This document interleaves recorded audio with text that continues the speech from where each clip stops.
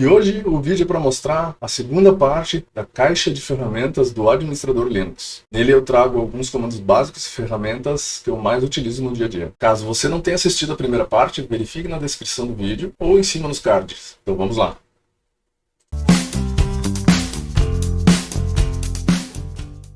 Comando número 4.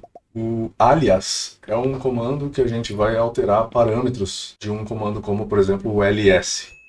Por padrão, a gente digitando aqui ls, ele traz dessa maneira, sem nenhum detalhe, sem o tamanho dos arquivos ou pastas do diretório atual que a gente está listando no Linux. Qualquer coisa que a gente queira ver aqui, sem nenhum parâmetro, ele traz dessa forma. Então, para a gente alterar esse ls, a gente precisa digitar o alias de ls, vai ficar igual, entre aspas, simples.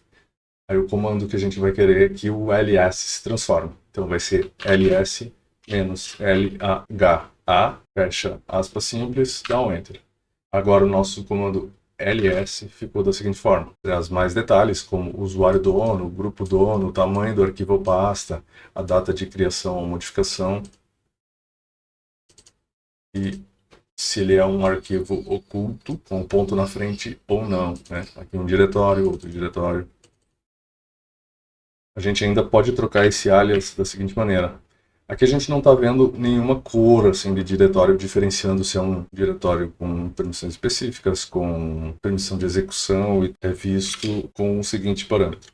Menos color igual automático, né? Auto. Dessa maneira, o comando fica um pouco diferente, o resultado do comando fica diferente. Então o ls aqui ele traz algumas cores diferenciando as coisas. Como por exemplo, se eu der um chmod 777, que é para dar um change na permissão de algum arquivo ou diretório, vamos aqui no diretório teste pasta 1. Eu vou dar um ls novamente, então, com o color ativado, que foi esse alias aqui, esse parâmetro do alias, menos color igual alto, a gente então vai enxergar de forma melhor, né, visualmente, acusando que esse aqui é um verde com azul. Ele é um diretório que tem permissão total para todos os usuários, sendo ele o usuário dono, o grupo dono e os outros usuários.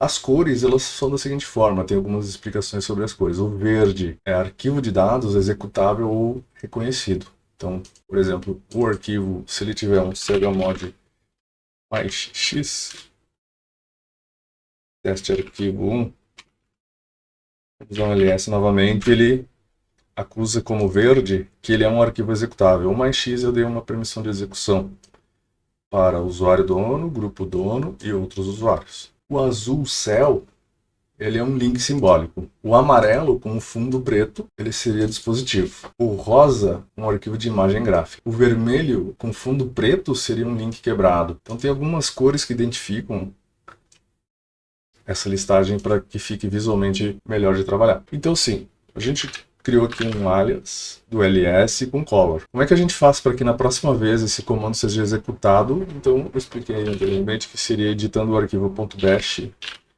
rc. Nesse arquivo, então, ele inicializa o comando que a gente quer que seja setado o alias. Então o alias fica assim, alias espaço ls igual àquele parâmetro todo que a gente digitou na console, fechando entre aspas simples. Então o que eu tenho aqui? O alias de ls, o de rm, então para remoção um "-i", é para que a gente confirme do modo interativo se quer remover de fato aquele arquivo que a gente comandou para remover. O cp-i também interativo e o mv também interativo. Então como é que a gente exemplifica agora? ls, temos aí teste arquivo 1. Se eu der um rm teste arquivo 1, ele está com a opção padrão do sistema, que é não confirmar ao pedir a deleção. Removeu sem confirmação. Não temos mais o teste arquivo 1, né? Só que agora, para testar com o arquivo 2, vamos fazer o seguinte. Alias rm igual, abre aspas simples, rm-i, fecha aspas simples, enter. Vamos tentar então remover o teste arquivo 2, rm teste arquivo 2. Então o alias está funcionando porque está pedindo para confirmar se eu quero de fato remover esse arquivo. Vou dar um yes aqui, sim, quero, alias removeu. E agora o comando número 5. Separei aqui para a gente locate. O locate é um comando para localizar pastas e arquivos no sistema. Primeiramente, a partir do momento da instalação desse pacote, é preciso rodar um update db. E daí que ele faz é indexar a base de informações de arquivos e diretórios, que facilita então e agiliza a pesquisa de qualquer coisa que a gente for buscar aqui. O comando é locate test, por exemplo. Vamos ver o que ele localiza nesse sistema com o nome de teste. Vemos aqui que tem testes, root test, tudo que ele encontrou um nome no meio de um arquivo, em um diretório, em um subdiretório. Ele vai trazer aqui, então, uma forma rápida de a gente localizar algum conteúdo no sistema operacional, sendo arquivos ou pastas, certo? Agora vamos para o comando número 6. O comando número 6 é muito útil, ele chama screen. O screen é utilizado para deixar algum comando, alguma seção de algo que você deixa rodando em background. Por exemplo, um backup, uma cópia, todo esse tipo de comando que você precisa deixar executando e sair da tela, sair da máquina, pode ser deixado rodando de um dia para o outro, por exemplo. Então ele é útil para esse sentido, porque por vezes, se tiver conectado na seção Linux e cair a conexão da internet, coisa assim, aquele comando pode ser interrompido. Então o screen ajuda muito nessa situação, quando a gente tem um servidor que é remoto, né, e depende da internet. A gente vai utilizar o comando screen com o parâmetro "-s", e o exemplo do nome da seção vai ser ls-geral. Entramos na seção ls-geral, vamos utilizar o ls para listar o que a gente tem nesse diretório. Perfeito. Agora a gente faz uma sequência de teclas para sair dessa seção, digitando Ctrl+A+D. Então vou trazer para vocês o exemplo. A gente faz o Ctrl+A+D, solta Ctrl.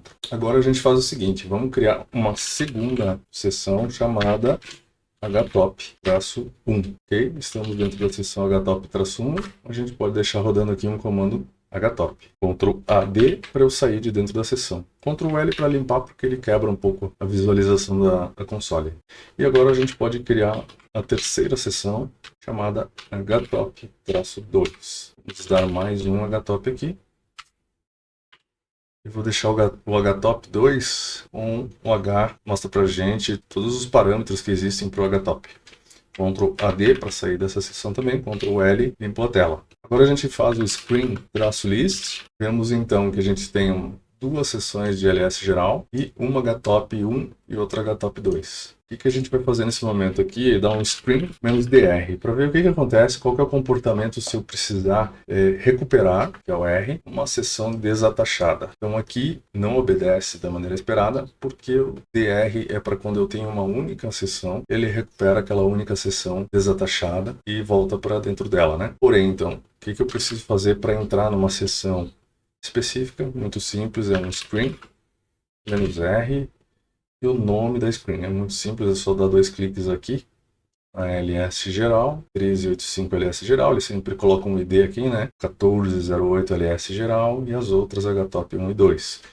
Vamos recuperar essa primeira, tá aí, um ls que eu tinha comandado, ele vai ficar aí, poderia ser um cp, um rm de um diretório com muitos arquivos dentro. Ia deixar em background, ia voltar nele aqui, ia ver o resultado final, se realmente executou com sucesso ou se deu algum erro. Podemos fazer o quê? Um Ctrl+D ou um logout para sair da sessão. Saímos da sessão, rodamos novamente o screen-list, vemos então que só ficou um ls geral. Podemos recuperar ele. Screen-R, 2 cliques aqui, direito do mouse, colou. Enter. Tá aqui o outro ls também, Ctrl+D para sair dele, então ele diz que a screen foi terminada, Ctrl+L para limpar a tela. Mais uma vez, screen-list, teremos o htop1, screen-R,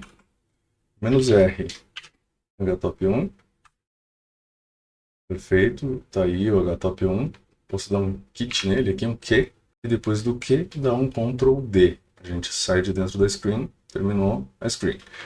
Novamente um screen-list, só sobrou uma screen rodando, então a gente agora sim pode rodar um screen-dr. é a única desatachada, então ele vai logar diretamente nela, não precisa utilizar o "-r" e o ID dela. Podemos utilizar o Q aqui para sair desse comando do htop e um Ctrl+D para sair da screen. Screen-list novamente, não temos mais nenhuma screen. É muito útil essa ferramenta aí para fazer backup, para copiar dados, para remover dados. Então é isso, pessoal. Hoje eram esses 3 comandos básicos e ferramentas que a gente mais utiliza no dia a dia como administrador Linux. Espero que vocês tenham gostado. Curte aí o vídeo, compartilha, salva para assistir novamente e comenta quais comandos você mais utiliza. Obrigado para você que assistiu até aqui e até a próxima.